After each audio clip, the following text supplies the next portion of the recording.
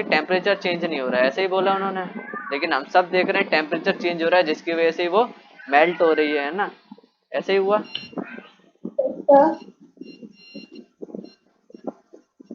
ये डाउट तो आया होगा ना मन में। देखो इस चीज को क्लियर करते हैं। देखो ये आइस का क्यूब है, दिख रहा है बोर्ड सबको? आइस के क्यूब दिख रहे हैं ये वाले?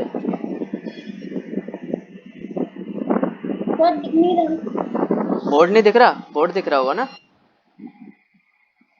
नहीं दिख रहा। व्हाइट बोर्ड नहीं दिख रहा तुमको? आ रहा होगा बेटा। सर आ रहा है। आ रहा होगा। Yes sir. ध्यान से देखो।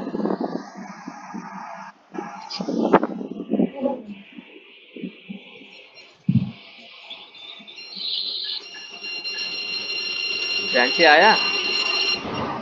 Yes sir.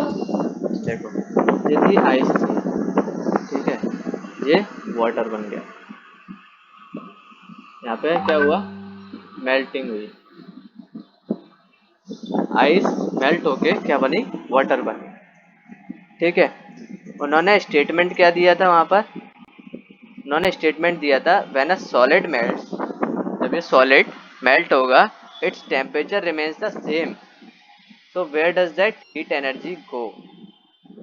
जब ये सॉलिड मेल्ट हो रहा होगा तब जो टेम्परेचर होगा वो सेम होगा, तो जो हीट एनर्जी होगी वो कहाँ चली जाएगी? टेम्परेचर सेम कैसे हो सकता है जब जाहिर सी बात है एक आइस है वो मेल्ट होके पानी बन रही है, तो टेम्परेचर वहाँ पे बढ़ रहा होगा, वहाँ पर हीट पहुँच रही होगी। ठीक है। देखो इसका यहाँ पर केवल इतना सा मतलब था इनका, इस लाइन को बोलने का उनका। क्रिश आ गया। देखो इस लाइन को वहाँ यहाँ पे बोलने का मतलब क्या था उनका? उनका ये था कि जैसे जब ये जब प्रोसेस हो रही होती है, ये आइस है, ठीक है, आइस जब मेल्ट होके ये पानी बनना चालू होती है, जस्ट वो अभी यहाँ पे हम किस पॉइंट की बात कर रहे थे? मेल्टिंग पॉइंट की। मेल्टिंग पॉइंट क्या था कि जस्ट आइस मेल्ट होना चालू हुई, आइस मेल्ट होना चालू हुई वाला पॉइंट मेल्टिंग पॉइंट था। जस्ट जब मेल्ट होना चालू हुई आइस 273 डिग्री केल्विन, 273 केल्विन पर जब आइस मेल्ट होना चालू हुई, तो जो 273 केल्विन है, एग्जैक्ट 273 पे ही वो आइस भी है और वो वाटर भी है, क्योंकि वो पिघल भी तो रही है उसी टेम्परेचर पे ही। समझो इस बात को, थोड़ी सी घुसी दिमाग में। बताओ।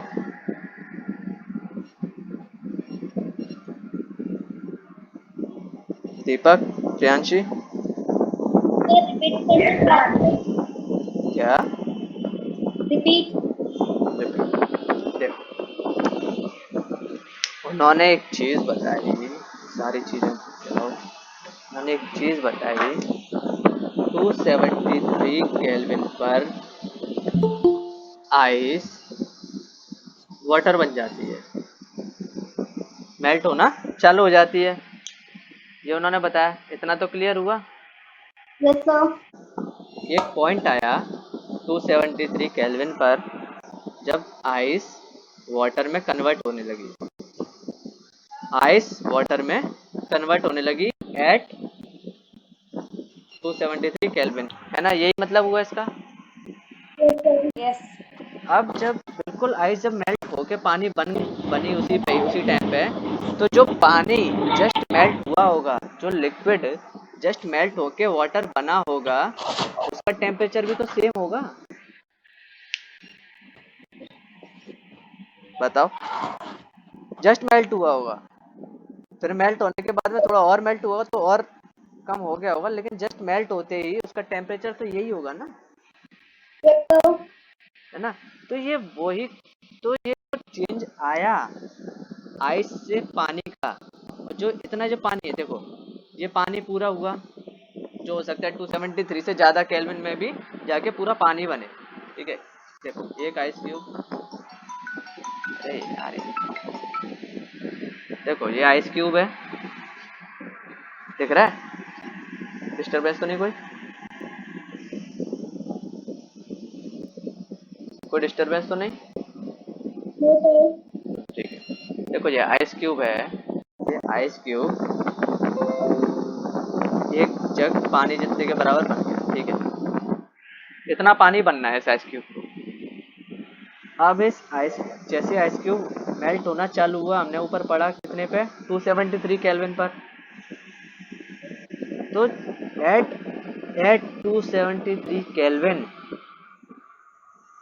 आइस जो थोड़ा सा पानी बनी, हल्की सी यहाँ पर हल्का सा बहना चालू हुआ, उसमें से एक बूंद दो बूंद जो छोटी सी बूंद बनी, जो अभी आइस के ऊपर ही है ना, आइस के ऊपर ही है, वो जो छोटी छोटी बूंद, उनका टेम्परेचर भी तो 273 केल्विन होगा, जस्ट चेंज हुई हैं, फिर धीमे धीमे और चेंज होता जाएगा, तो हाँ हो सकता है टेम्परेचर बढ़ जाए। देखो हमने क्या पढ़ा था कि जैसे जैसे टेम्परेचर बढ़ेगा वैसे वैसे उनमें काइनेटिक एनर्जी आना चालू होगी, और काइनेटिक एनर्जी मतलब उनके अंदर वाइब्रेशन चालू होगा, उनके मॉलिक्यूल्स में, और वाइब्रेशन चालू होगा, उससे वो धीमे धीमे मेल्ट होना चालू हो जाएंगे, है ना, यही पढ़ा था ऊपर प्रियांशी, Yes, sir. यही पढ़ा था। तो अब जब प्रोसेस जो चालू हुई टेम्परेचर बढ़ने से हल्के से, जैसे इस टेम्परेचर पे हम पहुंचे, इसमें वो प्रोसेस चालू हो गई वाइब्रेशन की। ठीक है, जैसे वाइब्रेशन हुई हल्का सा पानी यहाँ पर निकला, आइस हल्के से पानी में कन्वर्ट हुई, तो वो जो हल्का सा पानी होगा बिल्कुल 273 पे जो पानी बना, जितना कलेक्ट हुआ, वो होगा हीट एनर्जी की वजह से नहीं, वो लेटेंट हीट की वजह से होगा। किसकी वजह से होगा? Latent heat. लेटेंट हीट की वजह से, लेटेंट हीट की वजह से होगा, ये पता चल गया। अब आगे ये देखते हैं कि लेटेंट हीट एक्चुअल में होती क्या है। बुक सबके पास है ना? Yes, sir. करण जी बुक है? नहीं है, नहीं है अभी, इस पर नहीं है बुक, ये कुछ ऐसा ही बोल रही है, मैं इसमें मतलब रीड कर पा रहा हूँ, आवाज़ नहीं आ रही है, लेकिन ठीक है, चलो रुको एक मिनट।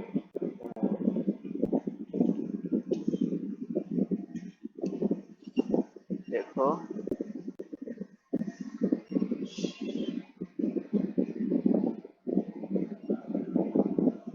हाँ संदीप, अब तुम आ ही गए हो तो जरा माइक ऑन करो, वीडियो ऑन मत करना।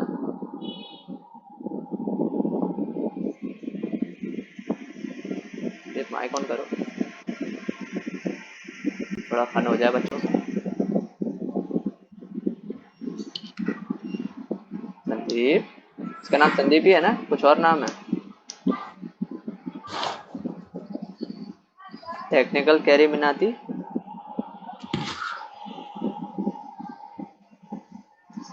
अरे ओ टेक्निकल कैरी मिनाती, आओ भाई, चलो इनसे बाद में मिलेंगे, भाई पढ़ लेते हैं थोड़ा सा। लेटेंट हीट समझ में आ गया ना? देखो आगे ये वाली लाइन लिखी हुई है, ये पढ़ते हैं प्रियांशी, ठीक है? लाइन पढ़ते हैं ये वाली, as this heat energy is absorbed by ice without showing any rise in temperature. अब क्या हुआ, वो हीट एनर्जी जो पार्टिकल्स में, देखो यहाँ पर थोड़ा सा चेंज आया, अब उस हीट एनर्जी के चक्कर में क्या हुआ, थोड़ा सा राइज आ गया टेम्परेचर में, मतलब राइज में कोई टेम्परेचर में कोई राइज नहीं आया, लेकिन वो हीट एनर्जी आइस ने एब्जॉर्ब करी। देखो यहाँ पर, अरे हटो यार, हटो यहाँ से जाओ। देखो आइस ने क्या करा, आइस ने इस आइस ने देखो, आइस को पिघलने के लिए हीट एनर्जी चाहिए थी प्रियांशी, Yes, sir. आइस को पिघलने के लिए हीट एनर्जी चाहिए थी। ठीक है, यहाँ पे क्या किया उसने, यहाँ पे जो जो पिघली, थोड़ा सा एक बूंद जो पिघली आइस की, उसने क्या किया कि टेम्परेचर में कोई शो नहीं हो, टेम्परेचर में जो चेंज आना था ना वो नहीं आया, उस हीट एनर्जी को उस आइस की एक बूंद ने एब्जॉर्ब कर लिया और वो पानी बन गई। क्लियर हुआ? वो जो पानी बनना हुआ वो हीट एनर्जी के एब्जॉर्प्शन की वजह से हुआ, ना कि टेम्परेचर में राइज की वजह से। ठीक है, it is considered that it gets hidden into the contents of the beaker and is known as latent heat. तो इसको हम क्या करते हैं, ये एक तरीके से हिडन हो जाता है उसमें। देखो कैसे, considered that it gets hidden into the contents of the beaker. Presenting मैं अपनी जरा स्क्रीन करूँ।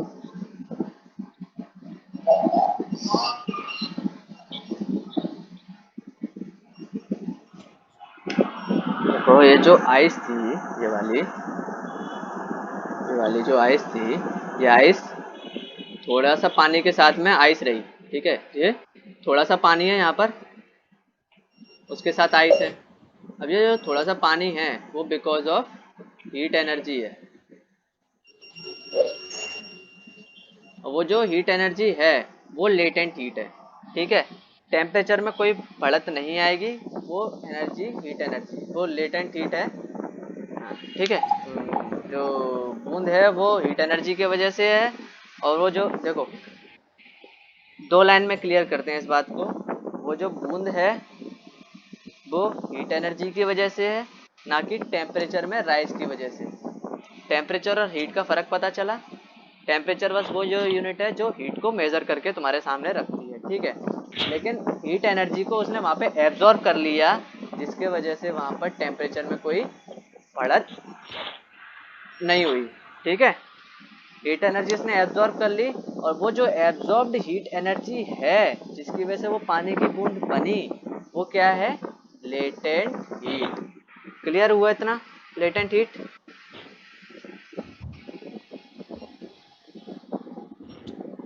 क्यों बच्चों, Yes, sir. Latent heat clear Yes, हुआ? sir.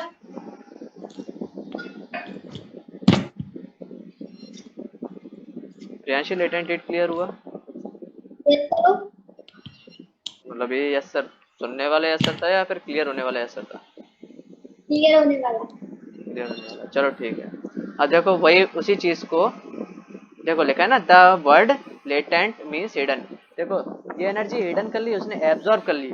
जो चीज एब्जॉर्ब हो जाती है, जो चीज एब्जॉर्ब हो जाती है वो क्या होती है, हिडन ही होती है। Yes, sir. हिडन ही तो होती है जो चीज एब्जॉर्ब हो जाती है। जैसे मान लो जो हम स्पॉन्ज लेते हैं, स्पॉन्ज में से अगर स्पॉन्ज को हम पानी में डालते हैं तो पानी उसके अंदर हिडन हो जाता है, छुप जाता है। जैसे हम स्पॉन्ज को दबाते हैं पानी निकलता है उसमें से, हिडन हो जाती हैं। एब्जॉर्ब चीजें हिडन हो जाती हैं।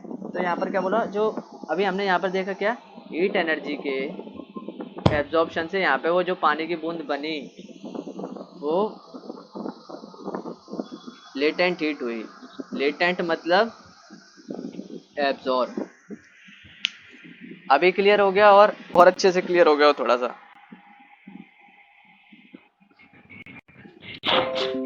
अब आगे लाइन आती है, the amount of heat energy that is required to change 1 kg of solid into liquid at atmospheric pressure at melting point is known as latent heat of fusion.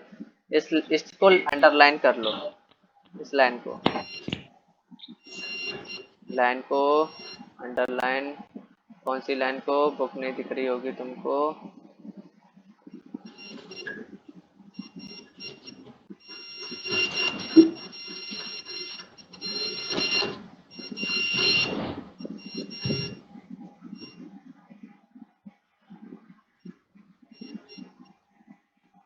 देखो ये वाली लाइन को दिख रही है बुक अब।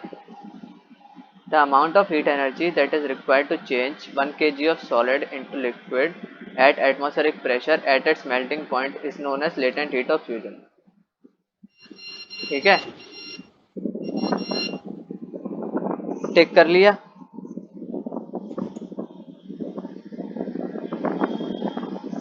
बेटा आवाज आ रही है नहीं आ रही मेरी? कोई जवाब ही नहीं दे रहा। सर तड़िया टिक आ रही है। आ रही है? Yes sir.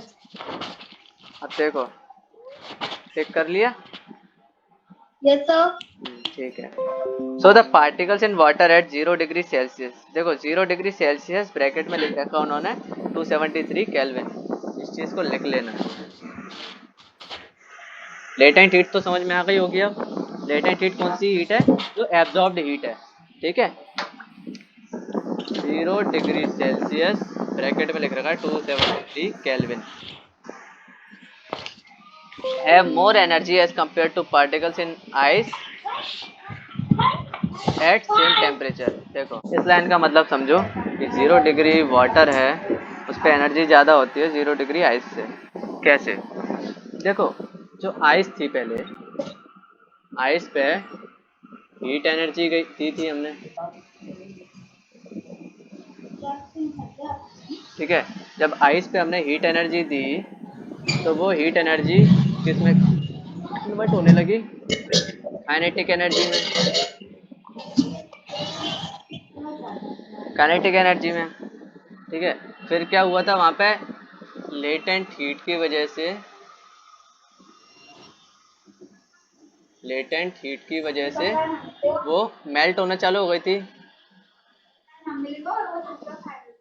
हाँ हाँ तो बोलते रहो।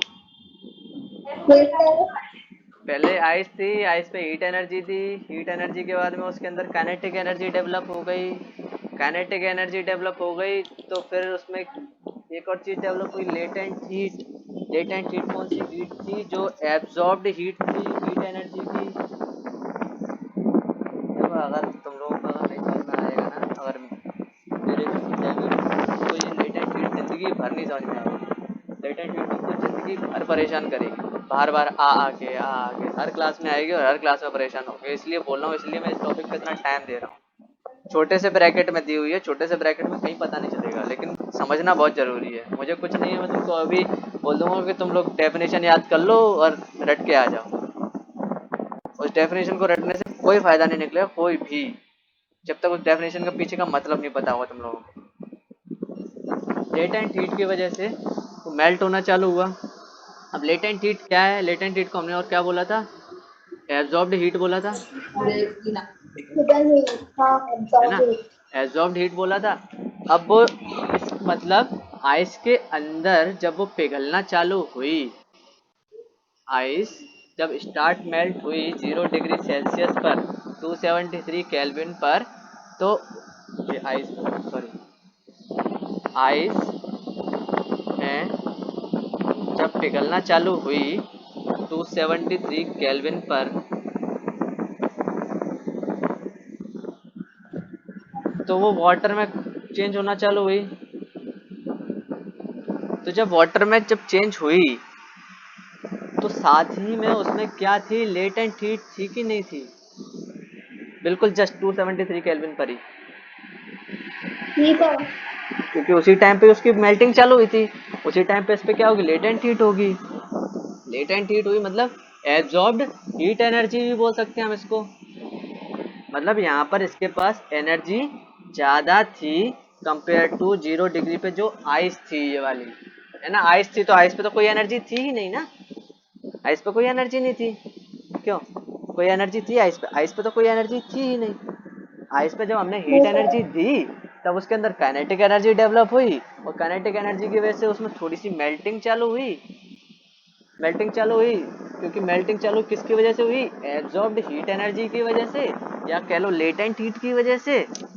लेटेंट हीट की वजह से वो थोड़ा सा पानी बन गया, और जो पानी बना उस पानी के पास एनर्जी ज्यादा हुई कंपेयर टू आइस के, जिसपे कोई एनर्जी थी ही नहीं। क्लियर हुई अब बात? इस पूरे पैराग्राफ का अभी अभी मैंने पूरा मतलब क्लियर करा तुमको, समझ में आया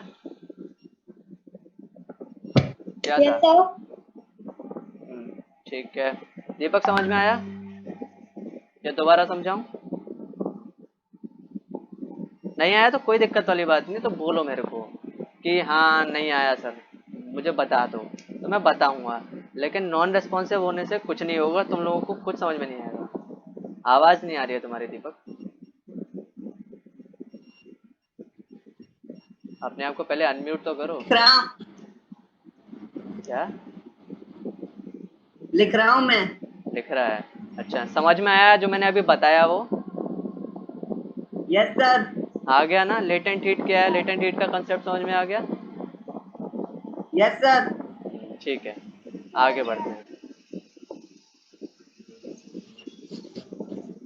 देखो हो सकता है शायद करणदीप तुमको नहीं आ रहा हो, मे बी, लेकिन मैं बोल रहा हूँ जैसे कि रिकॉर्डेड सेशन पहुंच जाएगा तो आ जाएगा, थोड़ा बहुत वैसे आ ही गया होगा, क्योंकि बहुत बेसिक सी चीज़ है कि जैसे बर्फ पिघलना चालू हुई, उसमें थोड़ी सी एब्जॉर्ब हीट डेवलप हुई, एब्जॉर्ब हीट एनर्जी को लेटेंट हीट बोलते हैं, उसी लेटेंट हीट की वजह से वाटर के पास एनर्जी ज़्यादा थी।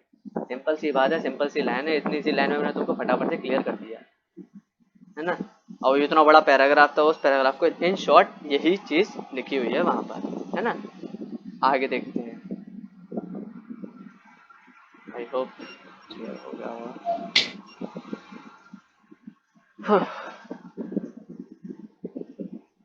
तुमसे ज़्यादा रिस्पॉन्सिव पता है 7th क्लास है, वो सॉरी 8th क्लास है, क्लास तो 8 है। खैर आगे बढ़ते हैं। When we supply heat energy to water, particles start moving even faster at a certain temperature. A point is reached where the particles have enough energy to break free the force of attraction between each other. At this temperature, liquid start changing into gas. The temperature at which liquid start boiling at the atmospheric pressure is known as boiling point. ठीक है, एक और point आया, boiling point. ये वाली जो paragraph है उसमें यहाँ से यहाँ तक अंडरलाइन तो करो फटाफट। Temperature at which liquid starts boiling at the atmospheric pressure is known as its Boiling. boiling point. Boiling is the bulk phenomenon. Particles from the bulk of the liquid gains enough energy to change into the vapor state.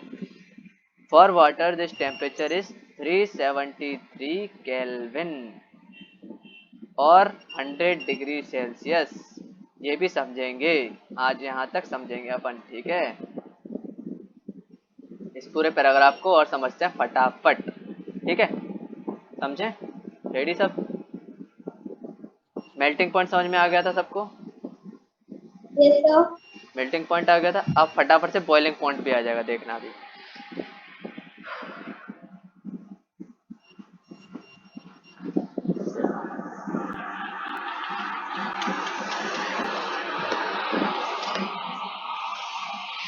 देखो, पहले ice से liquid बना था, ice cube से, ice से क्या हुआ था, लिक्विड बना था, लिक्विड बना था। और उन्होंने क्या किया, इस लिक्विड पे हीट और दी, हीट एनर्जी और दी, और बोला जाए टेम्परेचर बढ़ाया, टेम्परेचर बढ़ाया जिसकी वजह से उसके अंदर हीट एनर्जी थी वो और ज़्यादा पहुंचना चालू हो गई। और हीट एनर्जी के ज़्यादा पहुंचने की वजह से इसके जो पार्टिकल्स थे लिक्विड के पार्टिकल्स क्या हुए, और ज़्यादा मूव करने लगे इधर उधर, है ना। क्योंकि उनके अंदर जो काइनेटिक एनर्जी थी पार्टिकल्स की, भी ऊपर भी यही हुआ था, काइनेटिक एनर्जी बढ़ी थी, तो उनके अंदर जो काइनेटिक एनर्जी थी वो भी बढ़ गई। अब काइनेटिक एनर्जी के बढ़ने की वजह से इधर मोशन ज़्यादा होने लगा, और फिर एक ऐसा टेम्परेचर बढ़ता, देखो कहानी क्या हो रही है यहाँ पर, टेम्परेचर बढ़ता गया, हीट एनर्जी बढ़ती गई तो काइनेटिक एनर्जी बढ़ती गई, टेम्परेचर बढ़ता गया, हीट एनर्जी बढ़ती गई, काइनेटिक एनर्जी बढ़ती गई, टेम्परेचर बढ़ता गया, हीट एनर्जी बढ़ती गई, काइनेटिक एनर्जी बढ़ती गई। यही कहानी हो रही है अभी यहाँ पर, दिखाई दे रहा है ना बोर्ड? देखो टेम्परेचर बढ़ता गया, हीट एनर्जी बढ़ती गई, काइनेटिक एनर्जी बढ़ती गई। स्टार्टिंग टेम्परेचर क्या था इस प्रोसेस का, 273 केल्विन था, जब वो आइस पानी बन रही थी, लिक्विड बन रही थी, है ना, यही टेम्परेचर था। फिर हमने क्या किया, इसको 275 कर दिया, फिर 270 280 कर दिया, फिर 350 कर दिया। फिर उन्होंने बोला एक टेम्परेचर आया 373 केल्विन या 0 डिग्री सेल्सियस पर, ये पानी का जो टेम्परेचर ये हो गया ये वाला।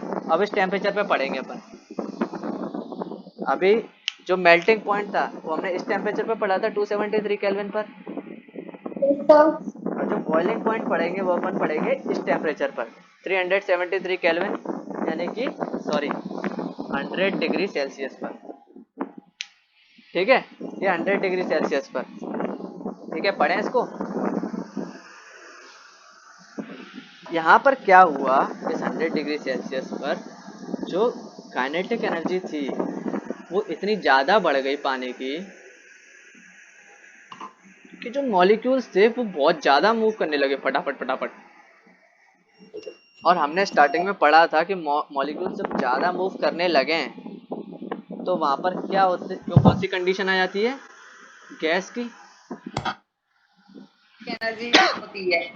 गैस में बहुत ज़्यादा मूव करते हैं पार्टिकल्स गैसेस स्टेट में कंपेयर टू सॉलिड और लिक्विड स्टेट में, है ना। या फिर सीधी भाषा में कहो तो जब पानी को अपन गर्म करते हैं तो धीमे धीमे उसका भाप बनना चालू हो जाता है, वाटर वेपर फॉर्म में कन्वर्ट हो जाते हैं सब, क्यों, बताओ मुझे। देखो, जब पानी को हम उबालते हैं किसी भी बर्तन में तो उसमें से धीमे धीमे जब टेम्परेचर बढ़ता है पानी का तो उसमें से भाप निकलना चालू हो जाती है, होती है। तो Yes, sir.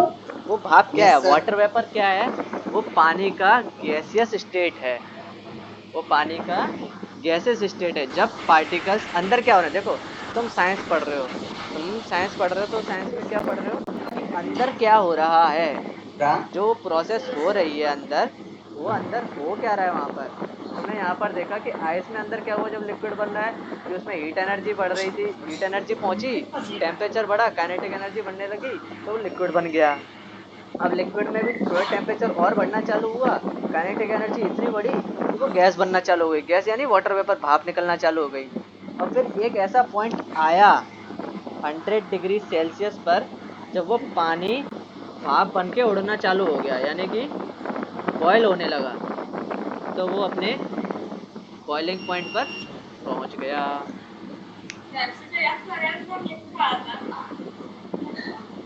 थ्योरी क्लियर हुई, थ्योरी क्लियर हुई जो मैंने अभी बताई कि 273 No, से sir. नहीं हुई। देखो देखो देखो फटाफट से फिर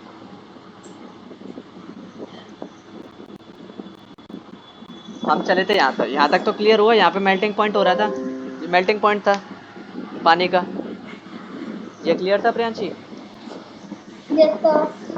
मेल्टिंग पॉइंट से क्या हुआ, अब हमने इस मेल्टिंग पॉइंट वाले पानी को, वो जो भी था उसको हमने लिया बर्तन में और गैस के ऊपर रख दिया, ठीक है, गैस के ऊपर रखा, उसके गैस का अमाउंट बढ़ाया हमने स्टोव का, गैस का, तो क्या हुआ, हीट ज़्यादा पहुंचने लगी, टेम्परेचर बढ़ाना चालू कर दिया,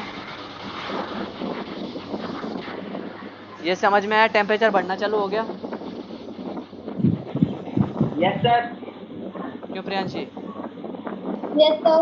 टेम्परेचर बढ़ना चालू हो गया यहाँ पर। और जब टेम्परेचर बढ़ा तो वहाँ पे हीट एनर्जी ज़्यादा पहुँचने लगी, ये भी क्लियर हो गई होगी बात, टेम्परेचर बढ़ा तो। Yes. जब हीट एनर्जी बढ़ने लगी तो फिर इसका मतलब क्या हुआ, वहाँ पे काइनेटिक एनर्जी भी बढ़ने लगी जो मॉलिक्यूल्स की थी, क्योंकि हम पढ़े थे स्टार्टिंग में कि जैसे जैसे हीट एनर्जी बढ़ेगी वैसे वैसे जो उसके अंदर काइनेटिक एनर्जी होगी वो भी बढ़ेगी, है ना, पढ़ा था तभी तो उसका फिर चेंज ऑफ स्टेट होता है, चेंज ऑफ स्टेट के बारे में पढ़ा था ना हमने कि जब सॉलिड से लिक्विड बन रहा होता है तो उसके अंदर क्या होता है कि काइनेटिक एनर्जी आ जाती है और पार्टिकल इधर उधर फटाफट फटाफट वाइब्रेट करने लगते हैं, और जब वाइब्रेट करने लगते हैं तो फिर उनकी काइनेटिक एनर्जी बढ़ने लग जाती है और धीमे धीमे वो और मूव करने लग जाते हैं इधर उधर, जैसे इसके अंदर करेंगे। जो पार्टिकल पहले ऐसे चिपके चिपके थे फोर्स ऑफ अट्रैक्शन की वजह से, कौन सा फोर्स, फोर्स ऑफ अट्रैक्शन की वजह से जो चिपके हुए थे वो अलग अलग होके इधर उधर मूव करने लगे,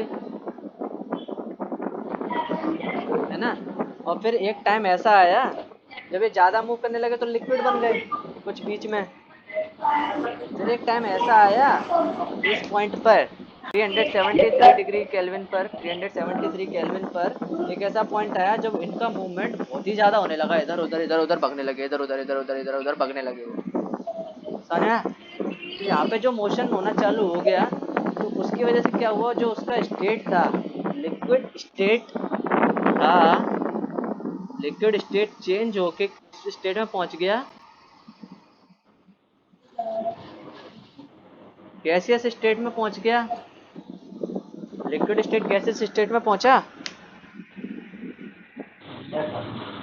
क्यों Priyanshi? Yes, sir. Liquid state gaseous state में पहुंच गया, या फिर नेक्स्ट क्लास में बताऊं, या आज क्लियर करूं? बताओ तो क्या क्लियर करना? क्या। क्या क्लियर करना है? नहीं, मेरे तो अभी और कोई क्लास नहीं है, तो मैं अभी कंटिन्यू कर दूं, फटाफट से समझा दूं इस पॉइंट को, बॉइलिंग पॉइंट को। Yes, sir. क्यों दीपक वगैरह, और समझा दूं मैं किसी को, और कुछ वो तो नहीं इशू?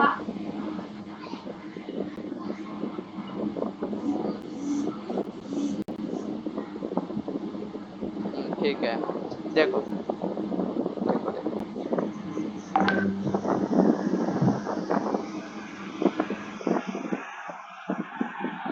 हमने अभी पढ़ा, हमने अभी पढ़ा, हमने अभी पढ़ा। अभी आवाज आ रही है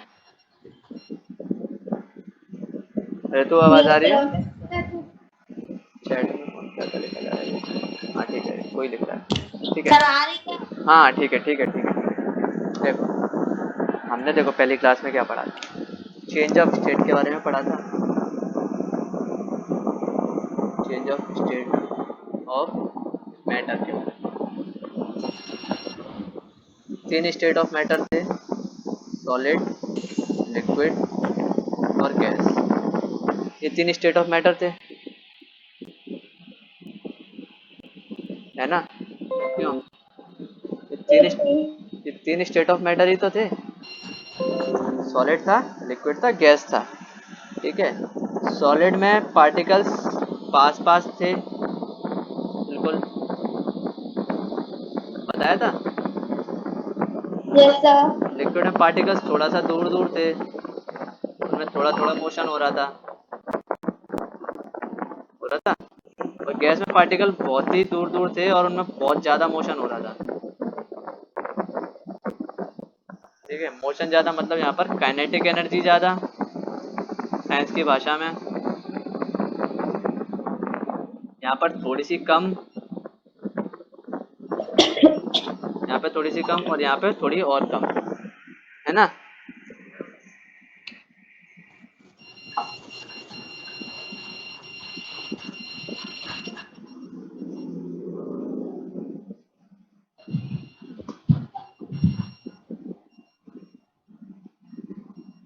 ठीक है, क्या, ठीक है।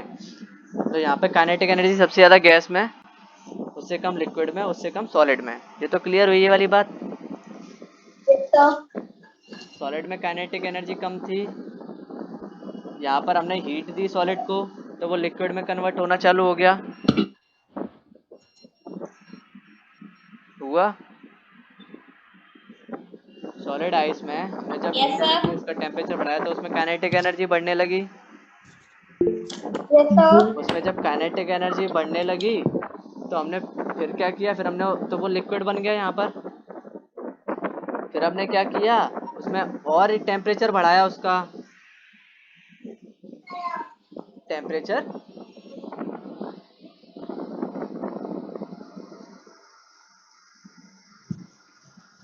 देखो, अपने दिमाग से सारी बातें निकालो और बस इतना इमेजिन करो कि एक पतीला है, उसमें आइस रखी हुई है। उस आइस को तुम धीमे धीमे हीट दे रहे हो, धीरे धीरे हीट बढ़ाते जा रहे हो उसकी।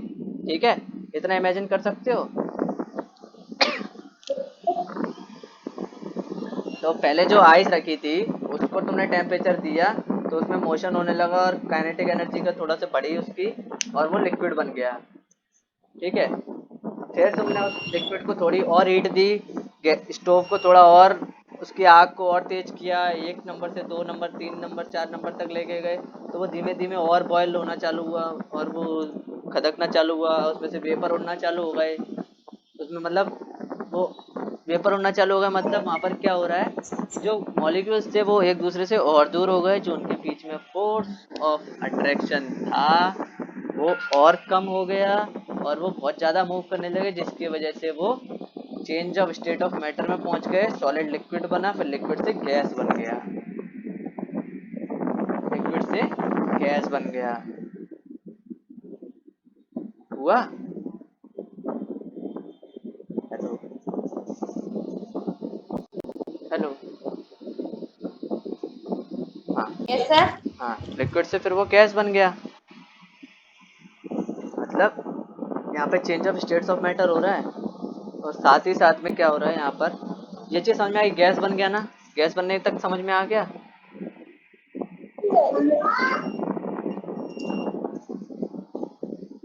क्यों बन, अच्छा पार्टी। Yes sir.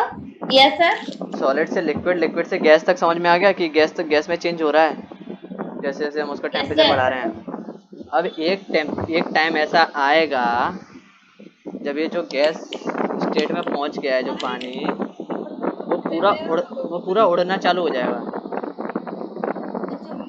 वेपर बन के, वेपर बन के उड़ जाएगा। और जब वो वेपर बन के उड़ना चालू हो जाएगा, उस पॉइंट को बोलेंगे बॉइलिंग पॉइंट, जो कि होता है 373 केल्विन पे, या ये कहो 0 डिग्री सेल्सियस पे।